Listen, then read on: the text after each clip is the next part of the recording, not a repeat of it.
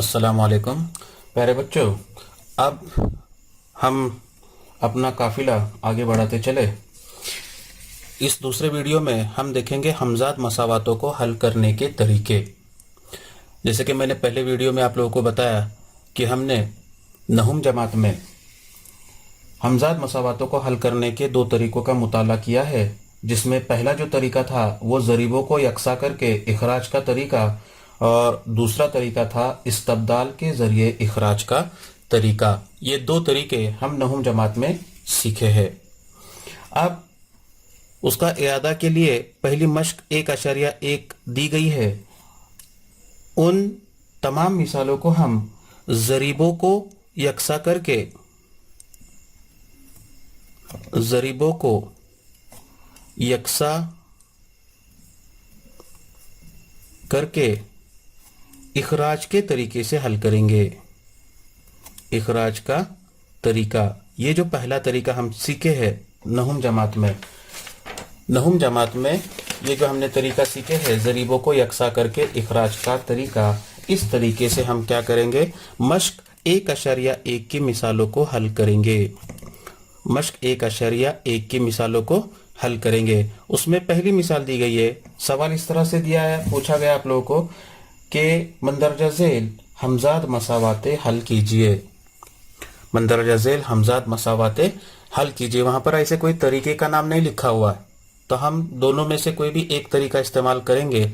ज्यादातर ज़रीबों को यकसा करके इखराज का तरीका, ये तरीके का ज्यादा इस्तेमाल होता है, और यही तरीके का इस्तेमाल अपने को इस सबक की जो आखिरी मश्क है उसमें भी बड़े पैमाने पर इसका इस्तेमाल होता है। तो वो तरीका हम देखेंगे। अब उसको समझने के लिए एक मिसाल यहाँ पर दी गई है तुम्हारी किताब में कि 3a जमा 5b बराबर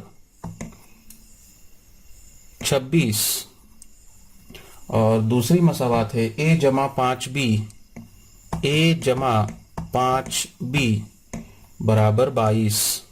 बराबर 22। तो ये दो मसावातें हैं, हमजाद खती मसावातें हैं। और यहाँ पर अगर मुतगय्यर देखे तो a और b ये दो मुतगय्यर के तौर पर इन दो मसावातों में आए हैं। ठीक है, तो यहाँ पर हम सबसे पहले नाम नंबर देंगे। मसावात 1 पहली मसावात को देंगे और मसावात नंबर 2 ये दूसरी मसावात को कहेंगे। 3a जमा 5b बराबर 26, और अपने जो तरीका है वो तरीके का नाम है ज़रीबों को यकसा करके। अब यहाँ पर मैं मुख्तसरन आप लोग को बताता चलूँ कि ज़रीब किसे कहेंगे। तो पहली मसावात में अगर देखें 3a जमा 5b बराबर 26, तो ये मसावात में a और b ये मुतगय्यर होंगे। क्या होंगे? मुतगय्यर। और मुतगय्यर के साथ में ज़रब की सूरत में जो अदद आया हुआ है वो अदद ज़रीब कहलाता है। तो उन ज़रीबों को यकसा करना है। कोई भी एक मुतगय्यर के ज़रीबों को क्या करना है? यकसा करना है। तो अब यहाँ पर हम देखेंगे तो मसावात 1 और मसावात 2 इन दोनों में b का जो ज़रीब है वो यकसा है, 5 आया हुआ है। ठीक है, तो हमें इसका इखराज करना है। इसका क्या करना है? इखराज। इसको हटाना है यहाँ से। अब ये हटेगा कब? जैसे कि आप लोग जानते हैं कि 5 में से 5 को नफी करेंगे तब वो हट जाएगा, यानी कीमत आएगी 0। तो उसी तरह से यहां पर भी हमें क्या करना पड़ेगा? 5b में से ये दूसरे 5b को क्या करना पड़ेगा? नफी करना होगा उस।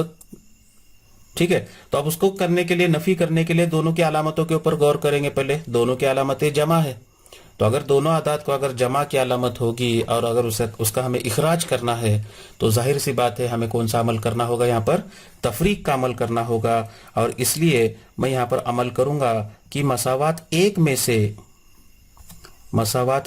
से 2 को तफरीक करने पर, मसावात 1 में से 2 को तफरीक करने पर क्या मिलेगा मुझे?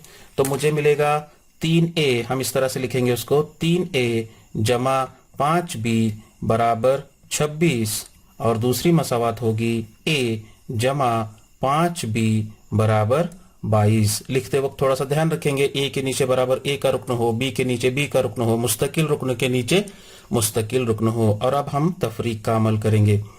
ये तमाम अमल जो है आप लोग नहुम जमात में सीखे हैं, सिर्फ हम उसका क्या कर रहे हैं? یہ ادا کر رہے ہیں. اب یہاں پر نفی کرنا ہے, ہمیں نفی کا عمل کرنا ہے. تو یہاں پر ایک اور زائد عمل کرنا ہوتا ہے نفی کے عمل میں کہ نیچے کی جو مساوات ہے, مساوات نمبر 2, اس کی علامتیں بدلنا ہے. یہاں پر جمع اے ہے تو وہ ہو جائے گا نفی اے, یہاں پر جمع 5 بھی ہے وہ ہو جائے گا نفی 5 بھی, اور یہاں پر جمع 22 ہے وہ ہو جائے گا نفی 22. اب ہمیں کیا کرنا ہے, نفی کا عمل کرنا ہے, اور لیتے وقت جو ہے یہ جو نیچے ہم نے علامتیں لکھے ہیں ان علامتوں کا استعمال کرنا ہے.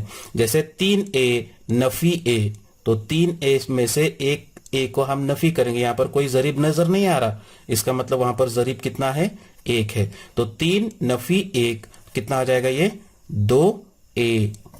اس کے بعد میں 5B نفی 5B, تو 5B میں سے 5B کیا ہو جائے گا, کٹ جائے گا, صفر بچے گا وہاں پر, برابر یہاں پر 26 نفی 22, تو 26 میں سے 22 کو نفی کیے, کتنا بچے گا, 4 بچے گا. اس پر سے پھر ہم A کی قیمت معلوم کریں گے, A برابر 4.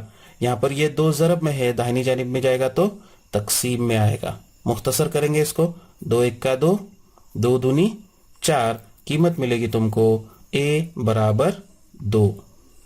یہ ایک متغیر کی قیمت تم کو مل گئی. اب A برابر 2, یہ قیمت جو ہے دی گئی دونوں مساواتوں میں, جو تم کو مساوات آسان لگے اس مساوات میں A برابر 2 یہ قیمت رکھیں گے. تو میں یہاں پر لیتا ہوں کہ A برابر 2 مساوات 2 میں رکھنے پر,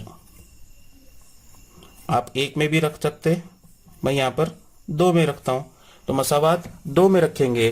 مساوات 2 ہے اپنی A جمع 5B, A جمع 5B برابر 22.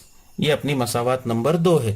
اس میں A کی قیمت کتنی رکھنا ہے, 2. A کی قیمت 2 رکھنا ہے, مطلب جہاں پر A ہوگا وہاں پر 2 رکھیں گے, جمع یہ 5B برابر کتنا ملے گا تم کو, 22. ٹھیک ہے, اور اس پر سے پھر 5B, کیونکہ B کی قیمت ہم کو معلوم کرنا ہے, تو یہ 5B برابر 22. یہاں پر جمع 2 ہے, داہنی جانب میں جائے گا تو نفی 2 ملے گا, اور اس طرح سے 5B برابر 22 نفی 2 کتنا آئے گا, 20. اور اس پر سے B کی قیمت معلوم کریں گے, 20. یہاں پر 5 ضرب میں ہے, داہنی جانب میں آئے گا تو تقسیم میں آئے گا. پھر 5 سے 20 کو مختصر کریں گے تو 5 1 کا 5, 5 چوک 20, اور اس طرح سے دوسرے متغیر کی قیمت ملی تم کو B برابر 4. یہ کیا ہو گئی تمہاری دوسری متغیر کی قیمت ہو گئی. اور اس لیے نیچے ہم اس کا لکھیں گے حل. اس لیے دی ہوئی مساواتوں کا حل, دی ہوئی مساواتوں کا حل, دی ہوئی مساواتوں کا حل A, B برابر A, B برابر A کی قیمت کتنی آئی, 2, اور B کی قیمت کتنی آئی, 4. تو اس طرح سے جو ہے یہ مشق 1.1 کی پہلی مثال کو ہم ضریبوں کو یکساں کر کے اخراج کے طریقے سے کیا کریں گے, حل کریں گے. امید ہے آپ لوگوں کو سمجھ میں